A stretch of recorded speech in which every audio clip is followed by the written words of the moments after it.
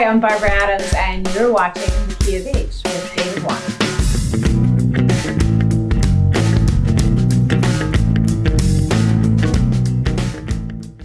You've worked with many celebrities and many unknowns. Tell me a little bit about an unknown quantity that really impressed you, and maybe something that really impressed you from somebody who's a household name. First one was at the Tin Angel. And this was an unknown to me, but a very up-and-coming group.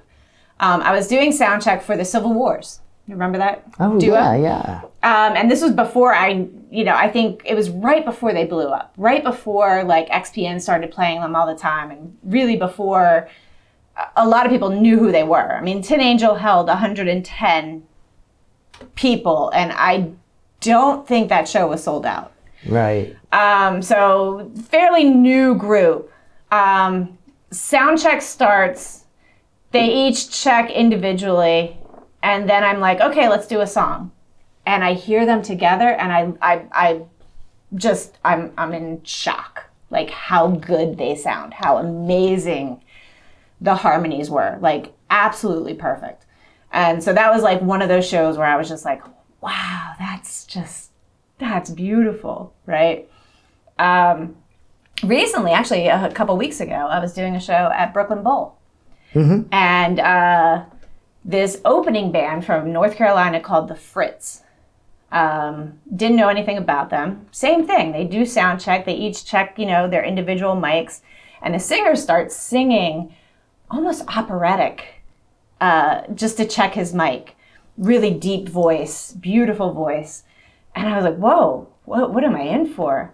And they do their, they play their song, and I'm just like, wow, it's a really funky band. It's kind of like, I don't know, it's definitely a funk band, but he's this gorgeous voice, and again, and the musicianship of the musicians, like just really tight band, really easy to mix. Those are the shows that are so nice because I don't have to do much. They mix themselves. Right. And so those are the times where I get to sit back and just enjoy the show.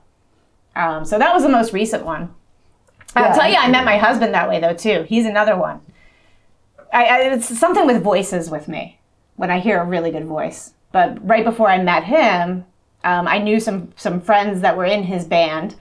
And I went out to go see them perform at 8th Street Lounge. Do you remember that place? Did you ever go there? I didn't go there, actually. Sorry about that. Weird venue. Yeah. It was like right on 8th Street between Callow Hill and Vine.